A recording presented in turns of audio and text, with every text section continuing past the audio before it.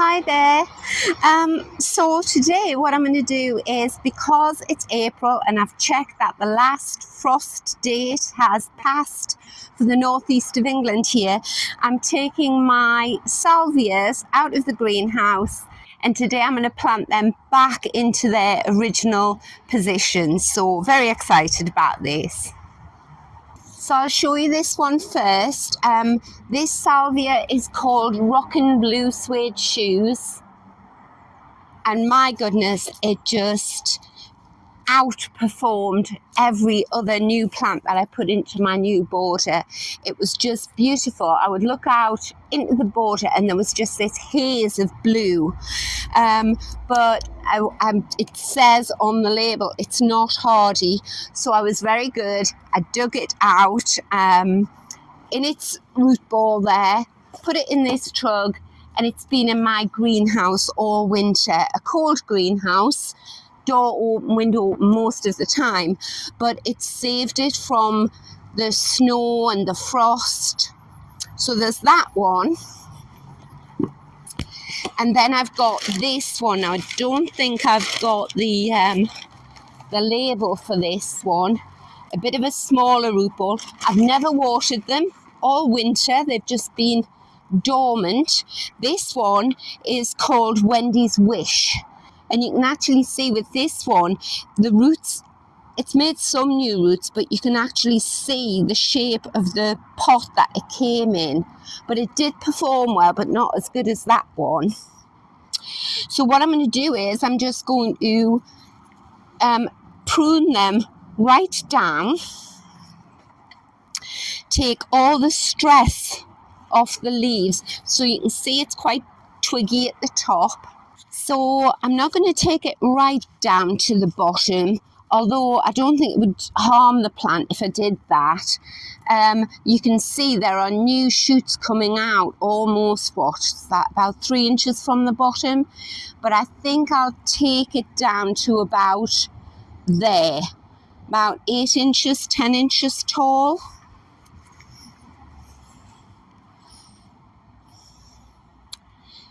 Take it back down to there, and what this will do is it'll just take all the strain off these roots while the plant just settles back into its original position. Not sure how far to take that one down. Actually, that one I'm going to take that right down to a node there. There's nothing on that stem, but it might come back. Take that back to there. Take this back to there, just so that it's a nice, neat little shape.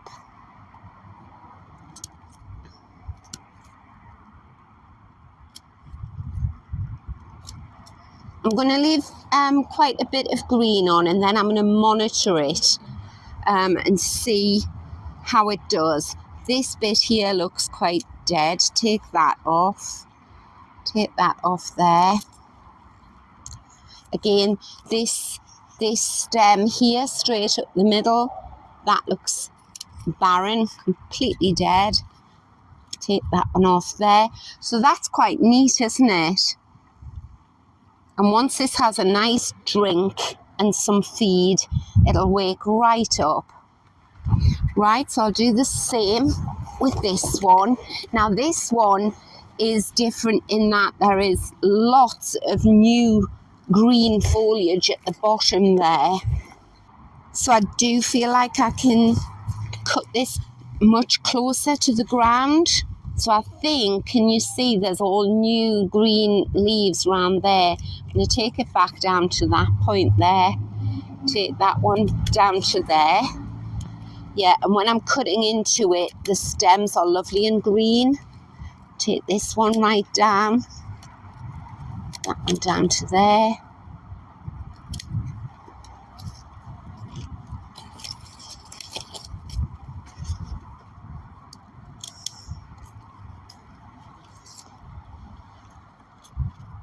I'll take that down to there. And I'm very hopeful for this because, as I say, it outperformed all my expectations last year. So can you imagine with a bigger root ball what it's going to do this year? Right, there we go. These are just a few bulbs that got dug up with it, a few weeds there as well. Take them out and keep the label. I'm terrible for remembering names of plants. I do remember this one though, because it's quite novel, isn't it? There we go.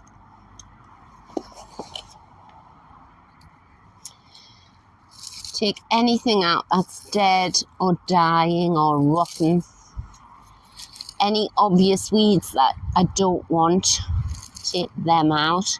I don't mind bulbs coming along for the ride, but I don't want weeds. Right.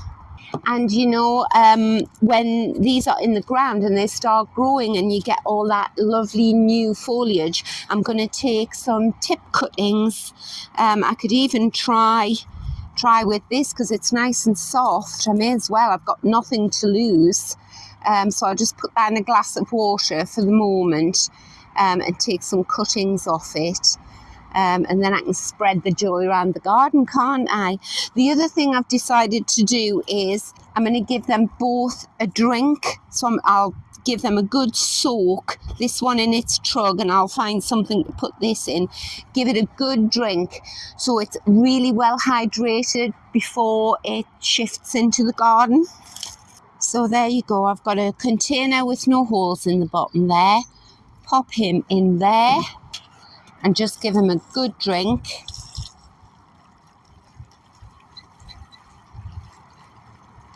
Because that root ball is completely dried out. And then give this one in the trug a good water.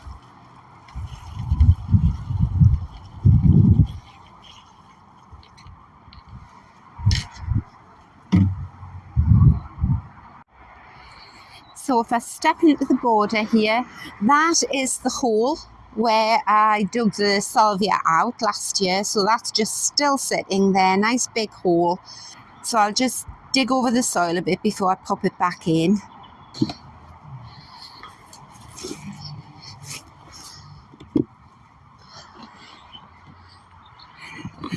Oh, it's very heavy. I love those trugs though, they're brilliant. Don't know what I would have done without that one. Right, so I've got my little border fork. I'm climbing amongst these iris here. There's a few weeds coming up there, I'll get rid of them. If you're wondering what this plank of wood is doing in front of the hedge here, I put it there last year to remind myself not to plant right up against the hedge, so that it gives me a board to walk on so I can trim the hedge, because I have a tendency to overpack my borders and then I've got no room to get in without damaging the plants when it comes to trimming the hedge.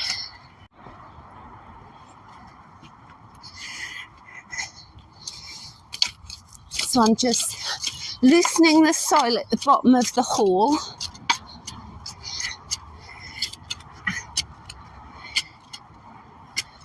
So that when the plant starts to put out new roots, it doesn't have to work so hard to get through the soil. Right, now this will be a bit tricky. This is doing really well. This is a monarda that I planted last year. Now that is hardy.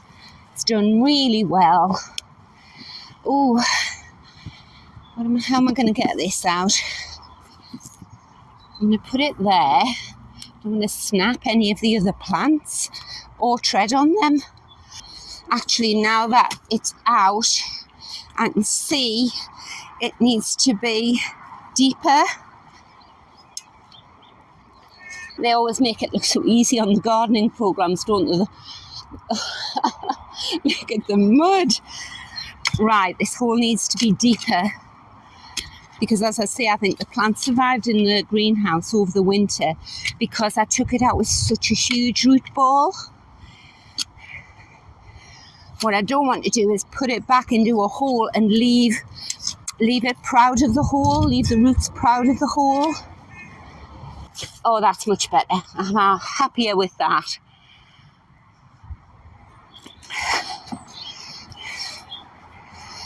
Okay. Right, put the soil that was originally in the hole back around the roots, because the plant's used to that ecosystem in the soil. I was thinking, oh, I'll have to get some topsoil and put that in, but actually I think this is going to work fine.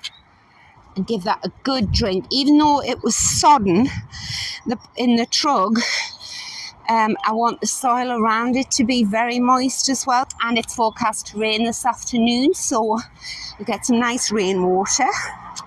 Right, so just to give you some context, so over in that corner, that's where I've just planted the rock and blue suede shoes. And in this border, on this side of the front gate, this is where the Wendy's Wish was. Not such a vigorous growing salvia, but very beautiful. And when I've looked into the border, it's very hard for me to see where it was planted. I would have thought in that space there, but there's no dint. The dint is down here, and daffodils seem to have come up there, and I've got foliage off other bulbs which haven't flowered. So yeah, I think that's where I need to dig the hole. I've had a bit prod around with the spade here, and the soil's very loose here, so I think this is the area it's come out of. You can see I've got loads of Shasta daisy. It just self-seeds all over my garden. Oh, so that's a nice deep hole. That's definitely where he's been. That was so easy to dig that. That was a kind of Monty Don Gardener's World hole, that. So there we go. So yes, there's a much smaller salvia, this, all coming away from the bottom. It's beautiful. And a much smaller root ball there as well. Get the soil out. So both salvias are really well hydrated when I put them in. And I think I've just plopped that in perfectly. So it's a bit taller at the back than the front. Right. Oh, this is so motivating. It's so satisfying putting these plants in. I really feel like the spring season started and the gardening year's begun. Make sure it's well and truly in, no air pockets around. Right, I'll give them a drink. So even though the root ball was sodden and it's forecast to rain this afternoon, I'm giving each of these salvia a full watering can of rainwater out of my water butt. Always do that when you transplant a plant. And another tip, this watering can, although it's very garish, is the best thing I've ever bought, because I have numerous green watering cans, and when you're busy in the garden and you move away from an area and you look back, where have I put my watering can? The red one just shows up immediately. It's like having red tulips or any red plant in your garden. It just, here I am. The amount of time I waste looking for green handle things or brown handle things or green watering cans. So get yourself a red watering can. They're brilliant. So there we go. I'm so happy I've got that done. And I've got the added benefit of now I can go into the greenhouse without having to climb over these trugs and things. I've got lots more space in there. And, you know, it didn't take long. It took me about 10 minutes to dig them up at the end of last autumn.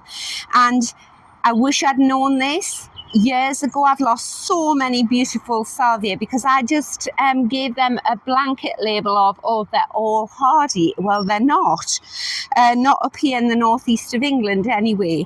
And if I didn't have a greenhouse, I could have just, or a trug, I could have just put them in an old compost sack with a good amount of soil on their roots and just stored them in the garage, they would have had far more chance of surviving then. It's not perfect conditions, but they would have given the protection of a garage or a hut or something. And then when it starts to warm up, the weather, I would have got them back out again then. So going forward, this is what I'm going to do. Dig the things I know are tender up and just give them some kind of winter protection. They don't need any looking after that. You know, I've never watered them since I dug them up, not until today. So right, I hope you've enjoyed the video. I hope if you've lost salvias in the past and you think, oh, I'm not buying any more of those, they just die on me. I hope this video shows that just a little effort at the end of autumn can save the plant. And do come back and visit the garden and I'll show you how these plants do after their winter vacation in the greenhouse. So I'll say thank you for watching and I'll see you next time. Bye.